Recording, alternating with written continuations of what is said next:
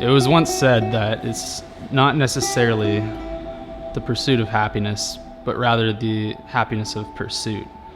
And I find that really helps me ground myself and keep my head straight when I'm overwhelmed and flustered.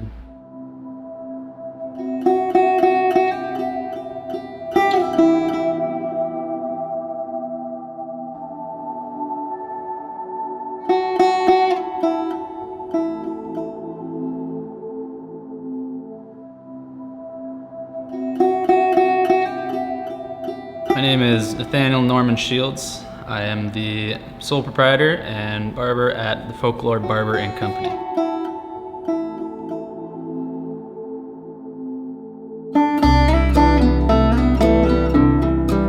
I grew up in a small town called Kilbride, Ontario. I loved skateboarding, snowboarding, hockey, all the sports really, as well as excelling in all of the creative side, and that's really what drew me to the barber side of things. As a kid, I loved sketching and drawing, everything to do with music. I'd pick up every instrument, and then I saw barbering was just another creative outlet for me, and it kind of made sense.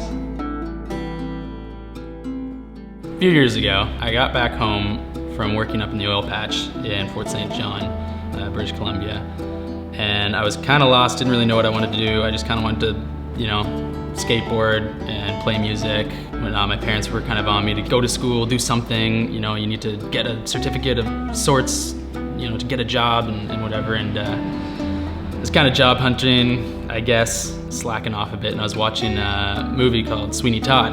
Kind of thought, oh, that's kind of cool, like shave with a straight razor. Like that's kind of like right up my alley. It's super creative, super hipster, whatever, I don't know. And I decided to go online looking for straight razors. And through the stream of the online madness, I came across a whole bunch of awesome, really cool barbershops, old school, traditional, vintage barbershops that really stuck out to me. I was like, oh man, like this is really cool, because I would always just think, barbering was kind of lame. What's so great about that? And then realized that it can be a super creative outlet for me to express myself through. I get to hang out with friends all day, get to create essentially art on people's heads, which is great, and people get to leave happy, looking their best. I'm just happy I got to help them with that.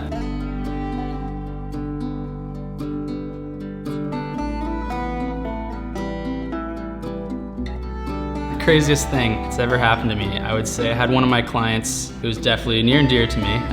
He's in every week. I have a few guys that are kind of, really adamant about getting fresh. He had a big trip to London and Scotland, and instead of going to a barber there because he just didn't know how to find somebody or couldn't trust anybody else, he just decided to fly me out and pay for my trip where I did London, Amsterdam, and Rome for like 3 weeks, which is awesome.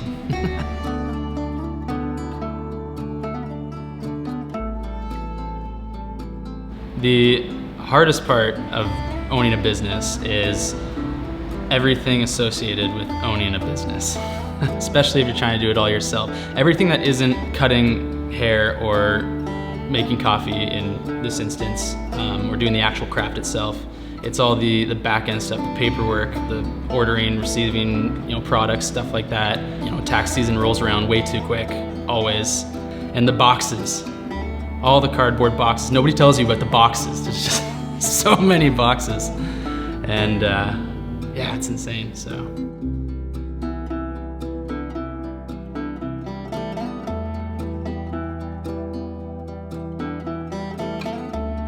I think old school crafts are 100% coming back to life.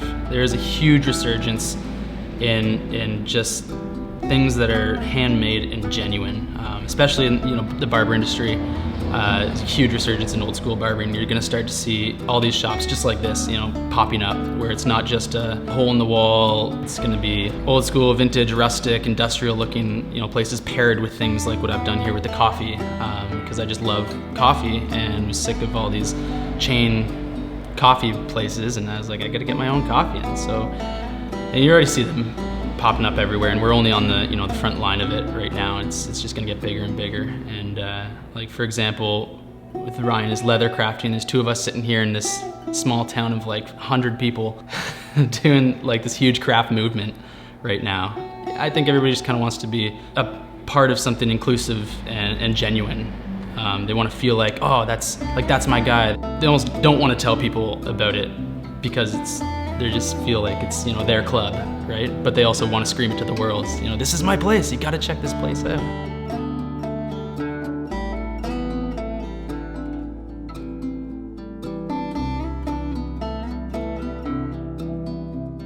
My advice to somebody wanting to do what I'm doing here or get into this industry or any industry really is, there's a market for everyone in whatever you're doing. There's enough people in this world that you don't need to try and please everybody. You just need that, it was said to me by the guy who did my website. He's like, you just need your 1,000 raving fans, and that will sustain your business. That's a small percentage of the world. So just do what you want and just do it. Don't wait on anybody, just simply begin, and before you know it, you'll be there. And it may seem like so far and unobtainable and out of your reach, but you're not gonna get any closer if you don't just take, one step closer. It might take a lot of time, but you just gotta do it. Don't wait on other people's approval, I suppose. And I'm still having a hard time with this. I'm always asking people, what do you think of this, man? When I'm doing like a new logo or something, I'm like, is this cool? And they're probably looking at me like, I don't know, man, it's your whatever. And I'm like, oh, okay, maybe I won't. I'm always in the back of my head, just like never fully pulling the trigger on anything. And I think you just gotta pull the trigger. just go,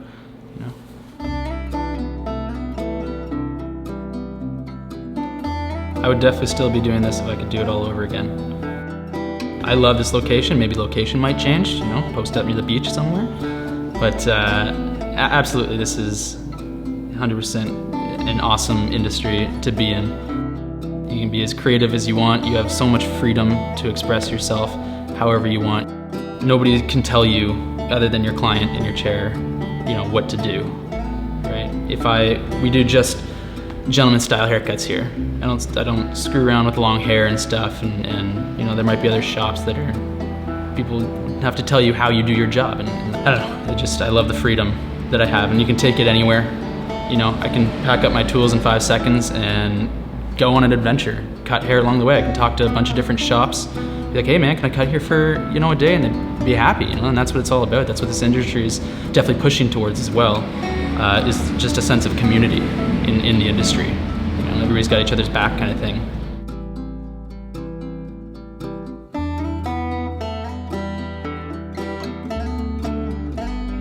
Some people say I can do a pretty good Christopher Walken impression. I need a phrase though, I can't just come up with it on my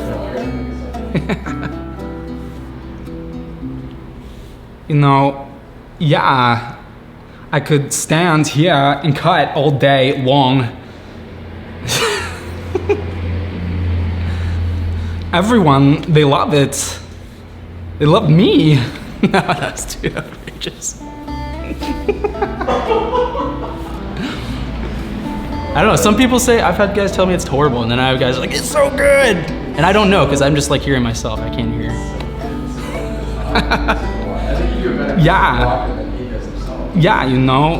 it's true. It's like, to do it, you have to like overdo it. But if you just listen to Chris Rock and you're like, he is actually kind of just talking normally, like.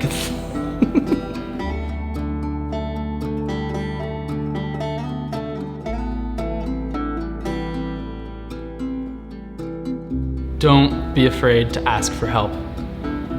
That's huge. I am so hell-bent on trying to do everything myself and prove to myself or people or anything. I don't know, sometimes and that's what I'm also working on too, is, it's time to, let things take their own route and let people help, I guess. And keep your books tidy, definitely keep your books tidy. The auditor will appreciate that.